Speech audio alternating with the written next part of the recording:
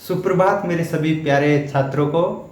आपको पता होगा अपना कैटनरी टॉपिक फिनिश हो चुका है और अपन कौन सा टॉपिक मोमेंट ऑफ इनर्शिया जो डायनेमिक्स में चल रहा था उसकी 9 क्लास लेकर अपन ने उसको बीच में छोड़ दिया था। उसका कारण था आपको पता था सिंपली क्योंकि उसके पीछे ये रीज़न था कि कुछ स्टूडेंट की मांग थी सर कैटनरी जल्दी से करा दो क्योंकि हम फाइनल में हैं तो हमारे पेपर कभी भी लगे ना लगे हमारा कैटनरी अच्छे से क्लियर नहीं है। तो मैंने सोचा कि उनका भी थोड़ा भला हो जाए। सेकेंड ईयर वालों के पास तो टाइम है पूरे साल का, उनके तो पेपर जाने कब लगेंगे, मार्च अप्रैल में। तो मैंने उनके लिए पहले कैटनरी करा दिया ताकि सेकेंड ईयर वालों को भी फायदा हो जाए और फाइनल वालों को भी फायदा हो जाए। पर अब अपन वापस से अपने मोमेंट ऑफ इनर्शिया पे आते हैं। उसकी 9 क्लासें अपन हो चुकी थी और मैं मोमेंट ऑफ इनर्शिया के बेसिक कॉन्सेप्ट आपको सभी बता चुका था और एक क्वेश्चन भी करा चुका था मोमेंट ऑफ इनर्शिया के ऊपर जितना मुझे याद है। तो अब अपन आगे चलते हैं, क्वेश्चन नंबर 2 करते हैं अब मोमेंट ऑफ इनर्शिया का। ठीक है, लिखिएगा सभी स्टूडेंट क्वेश्चन नंबर 2 उतार लेना सभी नोटबुक में। सभी स्टूडेंट जल्दी से उतार लो क्वेश्चन को।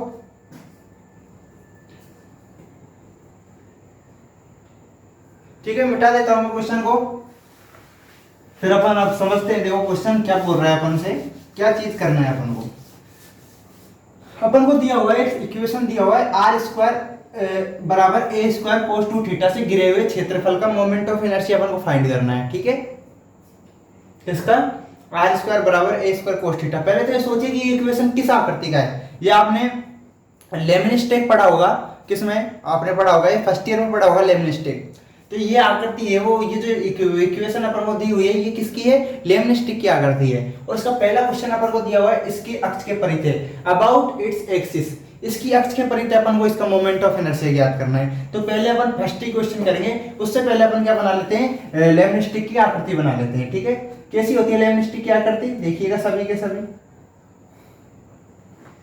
ये एक्स एक्सिस, ये वाई एक्सिस, ये वाई हो गई, ये एक्स एक्सिस हो गई। तो ठीक है,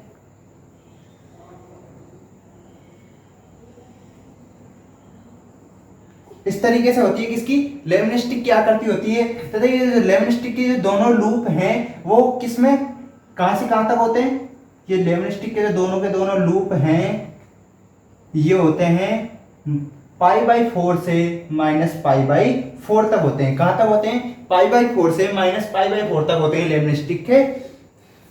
जो लेमनिस्टिक के क्या होते हैं, ये जो लूप होते हैं वो कहां से कहां तक होते हैं, -π/4 से π/4।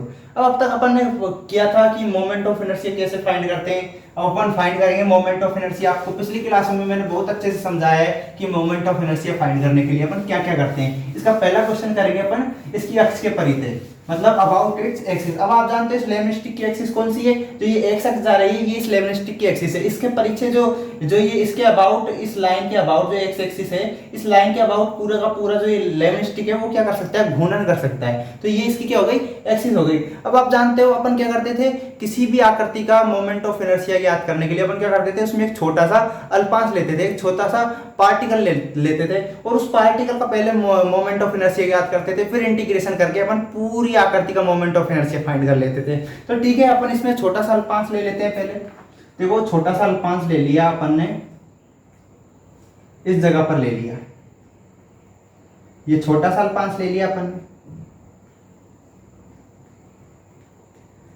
इसके निर्देशांक है वो क्या है, इसके जो निर्देशांक है वो क्या है,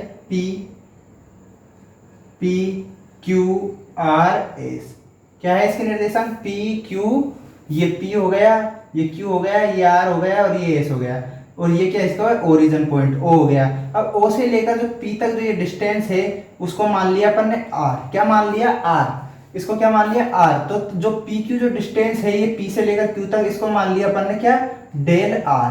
तो ये O से लेकर Q तक की जो टोटल डिस्टेंस हो गई वो क्या हो गई, R डेल R। क्या हो गई, R डेल R। अब यहाँ पर जो कोण बन रहा है इस जगह पर, जो एक्स एक्सिस के साथ जो OP रेखा है वो क्या कोण बना रही है, थीटा। कितना कोण बना रही है, थीटा। तथा जो ये ऊपर वाला कोण है, जितना अब ये जो अल्पांश बढ़ता बढ़ता यहाँ तक पहुंचा है तो जितना बना है, तो यहाँ पर अपन ने क्या मान लिया, डेल थीटा। यहाँ पर जो कोण माना वो क्या माना, डेल थीटा। तो ये यहाँ से लेकर यहाँ तक जो एक्स एक्सिस का ओ एस रेखा है उसका कितना कोण हो गया थीटा प्लस डेल थीटा। अब आप जानते हो ये क्या है, चाप आर क्यू, चाप आर क्यू, और चाप आर क्यू है और यहाँ पर कौन बन रहा है डेल थीटा, और यहाँ से यहाँ तक की जो दूरी है वो क्या है आर। तो यहाँ ये क्या हो जाएगा, ये क्या हो जाएगा आर डेल थीटा, क्या हो जाएगा आर डेल थीटा, क्योंकि चाप बराबर कोण बटा त्रिज्या आप जानते हो, पिछले भी कई सवालों में मैं आपको ये बात बता चुका हूं। तो ये क्या हो जाएगा आर प्लस डेल थीटा। तो ठीक है, अब अपन इसका मोमेंट ऑफ इनर्शिया फाइंड करते हैं। और देखो कैसे करेंगे, पहले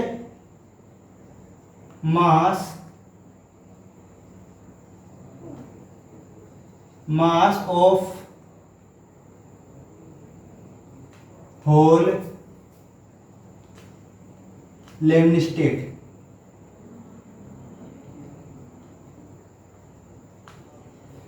जो टोटल लेमनिस्टिक का जो मास है, जो कुल जो हिंदी मीडियम वाले इसका लिख लिया संपूर्ण लेमनिस्टिक का द्रव्यमान, वो क्या कर लिया अपन ने m मान लिया। क्या मान लिया m, यहां पर लिख देना लेट। ये अपन ने क्या किया है माना है, क्या किया है माना है। जो पूरे जो लेमनिस्टिक का जो आकृति है इसका द्रव्यमान क्या मान लिया m। अब अपन इसके बाद क्या करते थे, मोमेंट ऑफ इनर्शिया निकालने के लिए प्रति इकाई द्रव्यमान निकालते थे, पर यूनिट मास निकालते थे। तो ठीक है, अब अपन यूनिट मास निकाल लेते हैं। यूनिट मास कितना हो जाएगा इस लेमनिया का m, जो ये लेमनिस्टिक है इसका यूनिट मास कितना हो जाएगा, इसका यदि द्रव्यमान m है तथा इसका क्षेत्रफल जो है, अगर इस पूरे लेमनिस्टिक का क्षेत्रफल का यदि अपन द्रव्यमान में भाग लगा दें तो प्रति इकाई क्षेत्रफल का क्या निकल के आ जाएगा, अपने पास द्रव्यमान निकल के आ जाएगा। तो इकाई द्रव्यमान क्या हो जाएगा m upon total area, total area.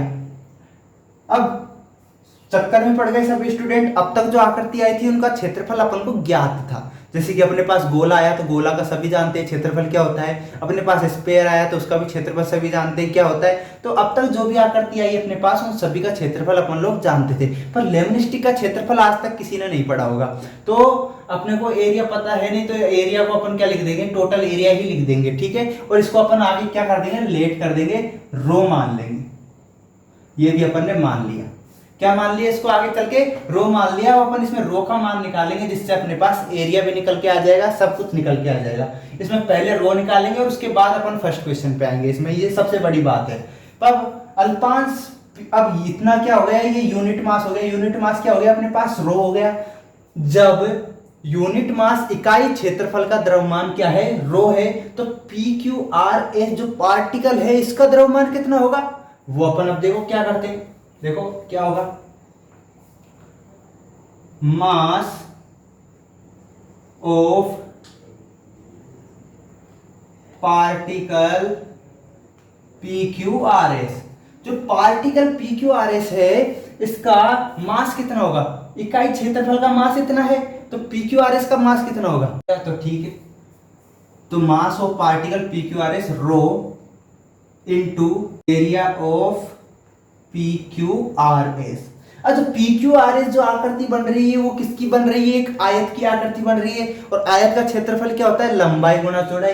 अब इसकी देखो लंबाई कितनी है, r डेल थीटा, चौड़ाई कितनी है इसकी डेल r, तो इसका क्षेत्रफल कितना हो जाएगा, r del theta into del r। तो थोड़ा सा आगे बढ़ाकर इसको लिख देना, रो बराबर rho into r del theta into del r। अब ये क्या है, यूनिट मास, ये क्या है, PQRS जो पार्टिकल है उसका मास है, क्या है ये, rho r del theta into del r, ठीक है। अब अपने पास ये यूनिट मास निकल के आ गया।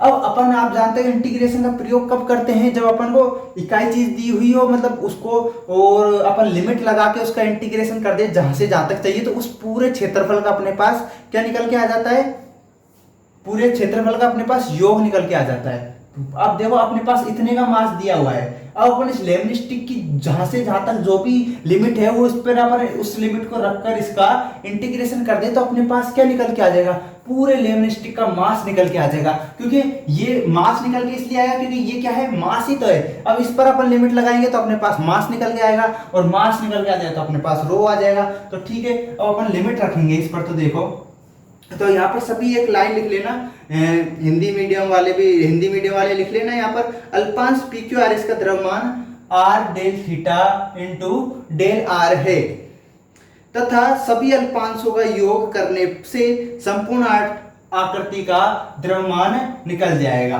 संपूर्ण आकृति का द्रव्यमान निकल जाएगा। अतः सो यहां पर लिखने अब आपने यहां पर लिखा तो अब टोटल द्रव्यमान कितना है m लेमनिस्टिक स्टिक का बराबर।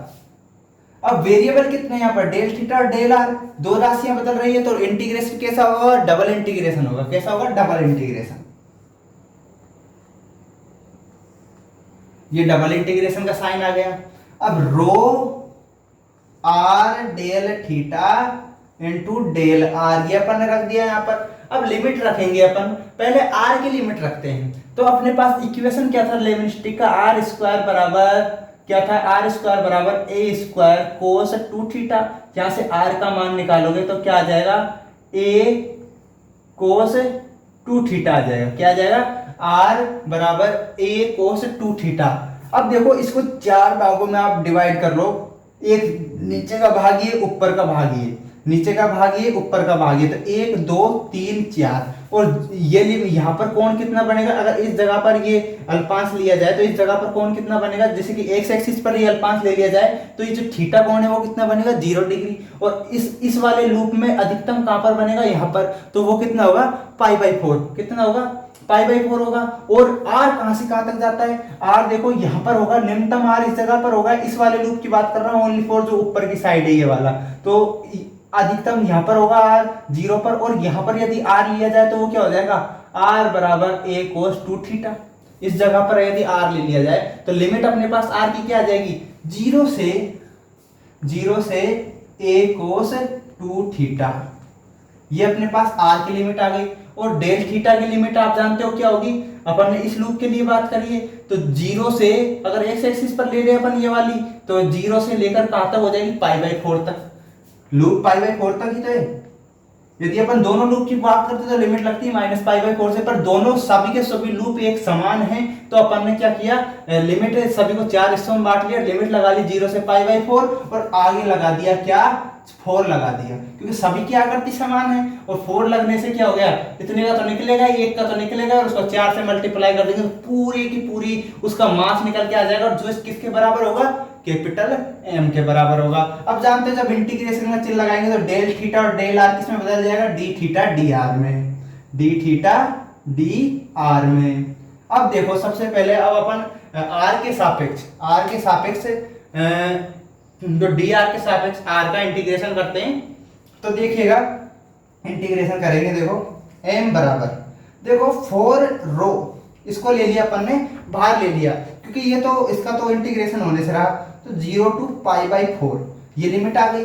अब देखो इसका अपन इंटीग्रेशन करेंगे r का, तो कितना आ जाएगा, r स्क्वायर, डेल r के सापेक्ष कर रहे हैं, r स्क्वायर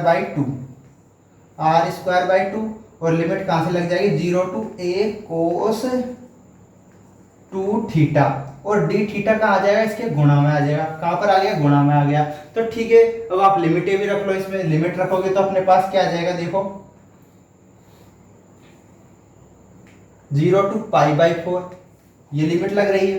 अब a स्क्वायर कोस 2 थीटा को इसमें रखा तो देखो क्या आया, a स्क्वायर और कोस 2 थीटा का रूट हट जाएगा, कोस 2 थीटा का रूट हट गया, और बटे में क्या आ गया, 2 आ गया, और बाहर तो 4 रो लिख ही रहा है पहले से ही, क्या लिख रहा है, 4 रो लिख ही रहा है, और डी थीटा के सापेक्ष अभी इंटीग्रेशन होना बाकी है। तो ये वाले 2 से ये वाला 2 4 कैंसिल, तो ऊपर आ गया, ये बाहर बच गया 2 रो। क्या बच गया, 2 रो। अब मैं ऊपर का मिटा रहा हूं, जिसने भी नहीं उतारा वो जल्दी से उतार लो। ठीक है, मिटा देता हूं मैं।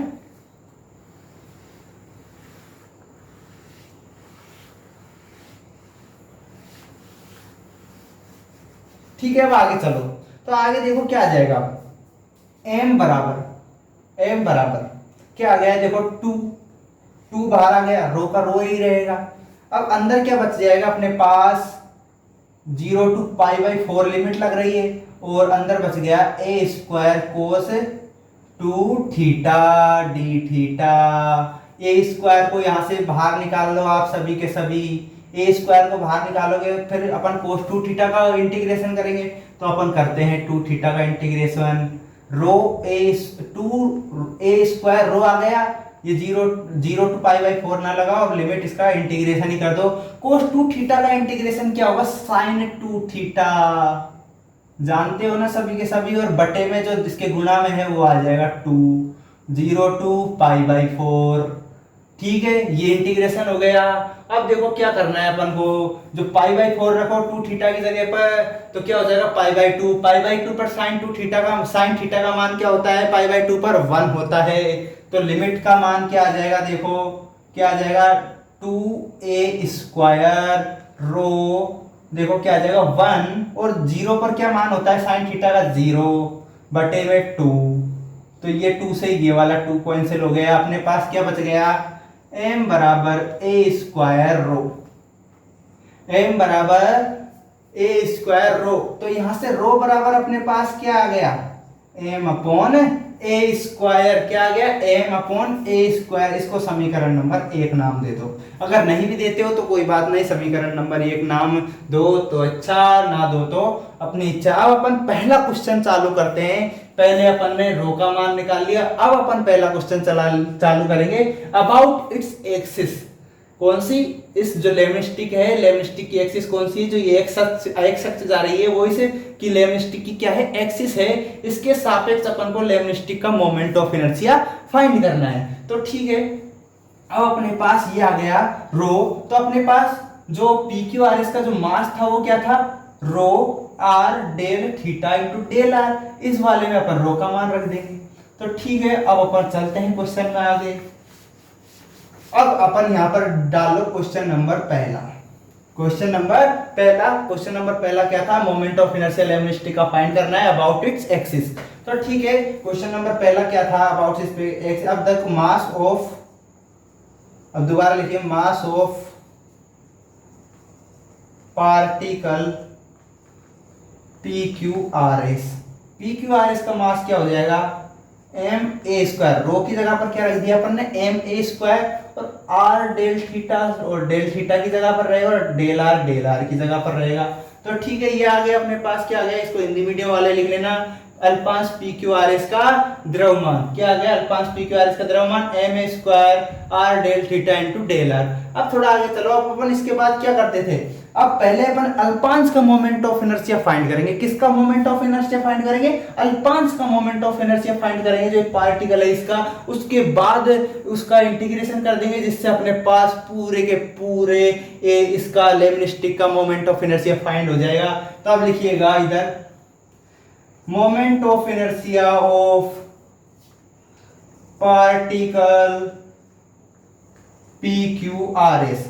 जो अल्पांश PQRS का जड़त्व आघूर्ण है वो क्या हो जाएगा, ma² r del theta del r into क्या हो जाएगा, देखो इसकी अपने मोमेंट ऑफ इनर्शिया पढ़ा, जो स्टूडेंटों को पता है, क्योंकि क्लास के बीच में 9वीं क्लास और आज ये 10वीं क्लास लग रही है, इसके बीच जो डिफरेंस बहुत ज्यादा हो गया है, तो आप भूल गए होंगे मोमेंट ऑफ इनर्शिया क्या होता है। देखो दोबारा से बता देता हूँ शॉर्ट में।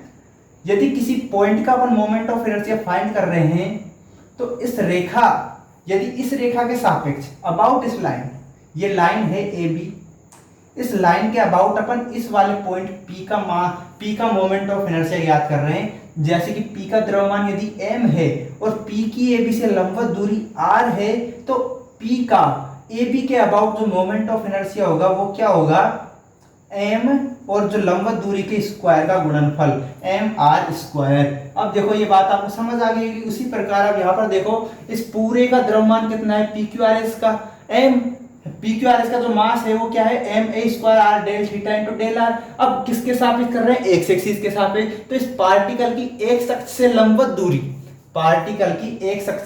दूरी, तो देखिए मैं देखो थोड़ा सा चित्र को यहाँ से मिटा देता हूँ, वापस थोड़ा ढंग से बना देता हूँ, ताकि आपको वो लंबवत डिस्टेंस है जो दिखाई दे जाए। जो चीजें हैं वो तो आपने बना ली होगी, इसमें क्या है, अब मैं बस आपको बस दिखाने की कोशिश कर रहा हूँ। जैसे कि अल्पांश यहाँ पर है, ये PQR वही की वही, आप तो अपना चित्र वही रहने देना, थोड़ा मैंने नीचे कर दिया था चित्र जो आपको दिखाई नहीं देगा। अब जैसे इसकी एक्सिस से लंबवत दूरी क्या हो गई, इस पार्टिकल की ये वाली क्या हो गई, ये वाली, और यहाँ पर क्या, कौन, यहाँ पर मान लो जैसे कि N पॉइंट है, तो P पी वाला कौन सा पॉइंट है, पी ये रहा, तो पी एन ये क्या हो गई, इस पार्टिकल की इस एक्सिस से परपेंडिकुलर दूरी हो गई, क्या हो गई, परपेंडिकुलर डिस्टेंस हो गई। तो ये कौन सा कोण बन गई, ये देखो पी ओ एन, इस त्रिभुज के बारे में सोचो, पी ओ एन, तो ये कौन सा समकोण त्रिभुज बन गया जिसमें ये वाला कोण है वो क्या है, थीटा है, तो थीटा है तो ये क्या निकल जाएगा, ये वाली दूरी है वो ओ पी, जो दूरी है ओ पी वो क्या है आर,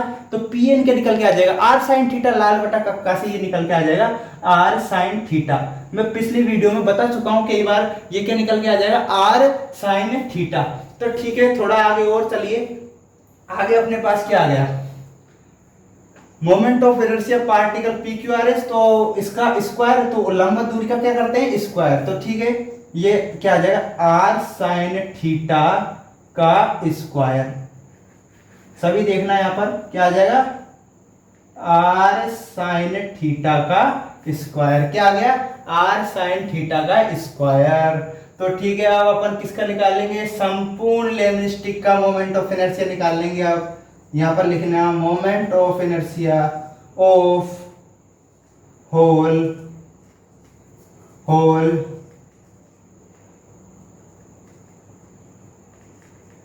लेमनिस्टिक, जो संपूर्ण लेमनिस्टिक का मोमेंट ऑफ इनर्शिया होगा वो क्या होगा, देखो वही लिमिट लगेंगी आर और थीटा की, क्या लगेंगी 0 to a cos 2 theta, 0 to a cos 2 theta, और ये लगेगी 0 टू पाई बाई 4, क्या लगेगा अंदर क्या आएगा, देखो एम ए स्क्वायर, देखो इधर ये आर है और इधर ये आर स्क्वायर है, तो ये क्या हो जाएगा आर क्यूब, क्या हो जाएगा आर क्यूब। आगे चलो थोड़ा सा, ये क्या हो जाएगा साइन स्क्वायर थीटा, क्या हो जाएगा साइन स्क्वायर थीटा, और ये क्या आ जाएगा वही की वही डी थीटा डी आर, क्योंकि ये इंटीग्रेशन में आ गया इसलिए डी थीटा डी आर में चेंज हो जाएंगे। ठीक है, अब अपन आगे चलते हैं क्वेश्चन में, देखो आगे क्या बोल रहा है क्वेश्चन। अब अपन को बस अब कुछ नहीं रहेगा इस क्वेश्चन में, बस नॉर्मल इंटीग्रेशन की बात है। 0 to pi by 4, 0 to pi by 4 हो गया है, और ये देखिए 0 टू ए कोस 2 थीटा, इस रूट में है ये 0 टू ए कोस 2 थीटा, और जो एम ए स्क्वायर है इसको आप क्या कर लो बाहर ले लो, बाहर ले लो आप एम ए स्क्वायर को। आगे देखिए क्या लिखा हुआ है r cube sine square theta d r. अब पहले अपन r के सापेक्ष इंटीग्रेशन करेंगे, किसके सापेक्ष करेंगे r के सापेक्ष। अब मैं मिटा देता हूं पूरे बोर्ड पे ही,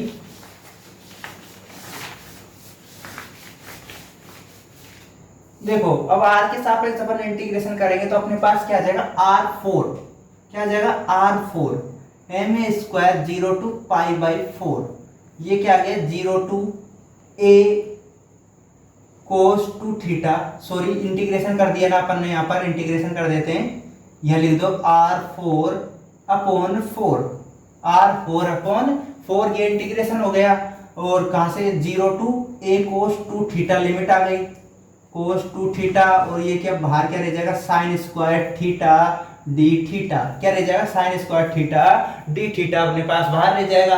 अब देखो इसमें इस लिमिट को रखोगे तो अपने पास क्या आ जाएगा m a square 0 to pi by 4, इसमें रखो तो क्या आ जाएगा, देखो अपने पास आएगा a4 अपॉन 4, और यहां से आ जाएगा कोस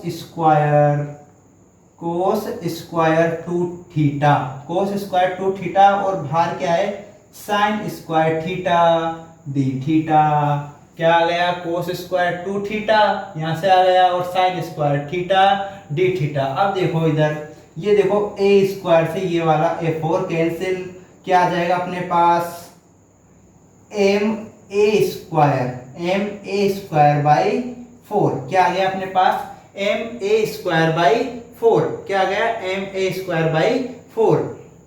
तो ठीक है, अपने पास क्या गया एम ए स्क्वायर बाई 4, और आगे चलिए 0 टू पाई बाई 4, ये क्या आ गया cos square 2 theta, cos square 2 theta को आप क्या लिख सकते हो क्या लिख सकते हैं कोस स्क्वायर टू थीटा को आप, कोस स्क्वायर थीटा को चेंज मत करो, आप ऐसा करो साइन स्क्वायर थीटा को चेंज कर दो। आपने ये सूत्र पढ़ा हुआ कौन सा, कोस टू थीटा का बराबर 1 माइनस 2 साइन स्क्वायर थीटा, ये पढ़ा होगा आपने, कोस टू थीटा बराबर 1 माइनस 2 साइन स्क्वायर थीटा। पढ़ा है कि नहीं पढ़ा, तो पढ़ा है। तो यहाँ से आप देखो साइन स्क्वायर थीटा का मान निकालो, साइन स्क्वायर थीटा का मान अपने पास क्या आ जाएगा 1 माइनस कोस टू थीटा, क्या आ जाएगा 1 माइनस कोस टू थीटा। तो ठीक है 1 माइनस कोस टू थीटा आ गया अपने पास, बटे में क्या आ जाएगा 2। ये किसका मान निकल के आ गया अपने पास, साइन स्क्वायर थीटा का निकल के आ गया। तो यही मान अपन इधर रख देंगे, इधर तो रख देंगे, क्या आ जाएगा 1 minus cos two theta upon 2, 1 minus cos two theta upon 2 d theta.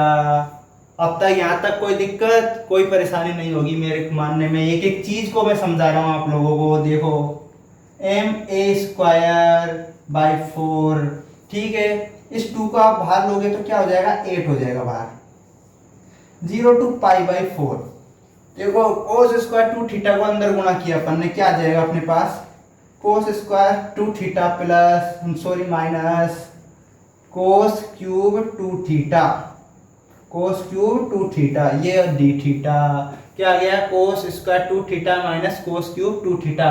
ध्यान रखना अभी तक ये किसका इंटीग्रेशन हो रहा है, और जो होल लेमिना का अपन ने मोमेंट ऑफ इनर्शिया निकालना चाह रहे हैं वो अपन किससे गुणा करके निकालेंगे 4 से। अपन ने जो लेमनिस्टिक था वो क्या था, ये था। अपन अभी बस ओनली फॉर इस हिस्से का इस हिस्से का ही निकाल रहे हैं, अपन को 4 और मल्टीप्लाई गुना कर लेना चाहिए था जब अपन ने लिखा था moment of inertia whole lamina. किसका moment of inertia whole lamina जब अपन ने लिखा था तो अपन ने क्या 4 हिस्सों में डिवाइडेशन होना चाहिए था, तो अपन करना वो अपन 4 लिखना भूल गए थे बात ही बातों में। तो ठीक है इधर 4 और लिख दो आप सभी के सभी 4, यहाँ पर भी 4 आएगा और यहाँ पर भी 4 आएगा, ठीक है क्या आएगा 4 आएगा। और उसका कारण आपको पता चल गया होगा किस लिए आएगा, क्योंकि ये ओनली फॉर एक हिस्से का और होल लेमनिस्टिक का मोमेंट ऑफ इनर्शिया निकलेगा। तो ये जो यहाँ तक है, यहाँ से जो यहाँ तक है वो क्या है ओनली फॉर एक हिस्से का है, एक हिस्से का है। इसको 4 से गुणा कर देंगे तो जो अपन ने लेमनिस्टिक को 4 भागों में डिवाइड किया है उस पूरे का मोमेंट ऑफ इनर्शिया निकल जाएगा। तो देखो इधर इस 4 से इसको काट दो तो अपने पास क्या आ जाएगा एम ए स्क्वायर बाई 2 आ जाएगा, ठीक है। तो थोड़ा आगे और चलिए अपने, देखो क्या आ जाएगा m a square by 2, m a square by 2, ठीक है 0 to pi by 4, 0 to pi by 4। इस स्टेप को लिखने से पहले आप एक काम और कर लो, इधर एक काम हो सकता है 2 थीटा को आप क्या मान लो 5 मान लो या t मान लो कुछ भी, सॉरी यहाँ पर ऐसा कर रहा हूं लेट आपके लिए आसान हो जाएगा। मैं थोड़ा लंबा मेथड सोच गया था इंटीग्रेशन का, यहाँ पर डायरेक्ट अपने पास गामा फलन लग जाएगा क्वेश्चन में और अपने पास डायरेक्ट क्वेश्चन हो जाएगा, ठीक है। लेट 2 थीटा बराबर, वैसे दूसरे तरीके से भी हो सकता है पर उससे क्वेश्चन बहुत ज्यादा लंबा हो जाएगा। 2 थीटा बराबर अपन ने क्या मान लिया 5 मान लिया। तो देखिए डी थीटा बराबर क्या हो जाएगा, डी थीटा बराबर क्या हो जाएगा अपने पास d5 बाई 2, d5 बाई 2 हो जाएगा अपने पास। अब देखिए थीटा बराबर जब 0 है तो फाई बराबर कितना है 0, थीटा बराबर पाई बाई 4 है तो फाई बराबर क्या है पाई बाई 2। तो ठीक है अब देखो ये देखो m a square by 2, m a square by 2, 0 to pi by 2। और बाहर देखो क्या चल रहा है, ये देखो cos square 5 minus cos cube 5, cos cube 5 और बाहर आ जाएगा d5 बाई 2, क्या आ जाएगा d5 बाई 2। और जब 2 को बाहर लाओगे तो ये पर क्या हो जाएगा 4, क्या हो जाएगा 4 हो जाएगा, 4 हो जाएगा। अब देखिए इधर आप क्या लगा दो गामा फंक्शन। अब गामा फंक्शन का यूज मैं आपको पहले ही बता चुका हूँ, गामा फंक्शन का फॉर्मूला क्या होता है वो तो मैं आपको पहले ही बता दिया था। जिन्होंने क्लास ली है उनको पता चल गया होगा, वो जानते हैं गामा फंक्शन क्या होता है। अब देखिए गामा फंक्शन 0 प्लस 1 बाई 2 और ये क्या जाएगा 2 प्लस 1 बाई 2 बटे में क्या चलेगा 2, 0 प्लस 2 प्लस 2/2 माइनस ये क्या हो जाएगा देखो 0 प्लस 1/2 गामा फंक्शन, ये क्या हो जाएगा 3 प्लस 1/2, ये गामा फंक्शन का चिन्ह तो लग ही रहा है, ये माइनस का चिन्ह है बीच में, और क्या हो जाएगा 2 0 plus 3 plus 1 3 plus 2 sorry 3 plus 2/2, यही लग गया गामा फंक्शन अपन ने इसमें लगा दिया, गामा फंक्शन लगा दिया अपन ने इसमें। अब थोड़ा सा और चलो आगे देखो क्या आ जाएगा ma²/4। अब गामा फंक्शन को हल करो तो ये क्या हो जाएगा 1/2 है तो इसकी जगह पर क्या आ जाएगा रूट में पाई, क्या आ गया रूट में पाई, और इसकी जगह पर क्या आ जाएगा 3/2 तो ये क्या हो जाएगा 1/2 रूट में पाई, बटे में क्या आएगा 2 दूनी 4 और 4/2, 2 का भाग लगा तो क्या आ जाएगा 2 आ जाएगा, तो उसका मान क्या होता है 1 होता है, तो बटे में 2 ही रहेगा। इसी प्रकार माइनस किया अपन ने तो अपने पास क्या आया 1/2 की जगह पर रूट पाई, 3/1/2 मतलब क्या हो गया 4/2, तो इसका मतलब तो एक ही होता है, तो ठीक है 3 प्लस 2 5/2 का मतलब क्या हो गया 3/2 1/2, 3/2 इंटू 1/2 और रूट में पाई, और गुणा में 2 भी है पहले से, 2 पहले से ये गुणा में, तो ठीक है इस वाले पाई से ये वाला पाई कैंसिल, इस वाले 2 से ये वाला 2 भी कैंसिल, तो ऊपर 2 चला जाएगा नीचे 3 आ जाएगा, दिख रहा होगा सभी को। ma²/4 और देखो आगे क्या है समझो, देखो ये क्या हो जाएगा पाई गुणा होंगे तो पाई, और जो 2 नीचे आ जाएगा ये आ जाएगा पाई/4 माइनस क्या आ जाएगा, ये देखो 2 ऊपर गया तो क्या आ जाएगा 2/3, क्या आ जाएगा 2/3। अब इस क्वेश्चन को आप थोड़ा सा आगे और बढ़ा लो, एक स्टेप और लिख लेते हैं अपन, देखो इसको मिटा देता हूं मैं यहाँ से। अब देखो इंटीग्रेशन तो भाई साहब इतने ही लंबे होंगे सभी क्वेश्चन में,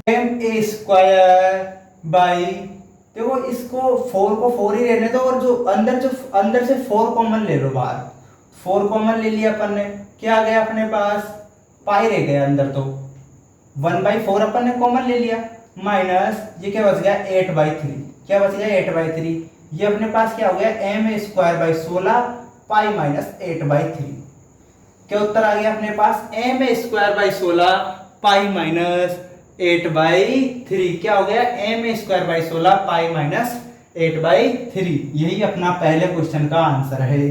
अब घड़ी बोल रही है मेरे से कि समय खत्म होता है।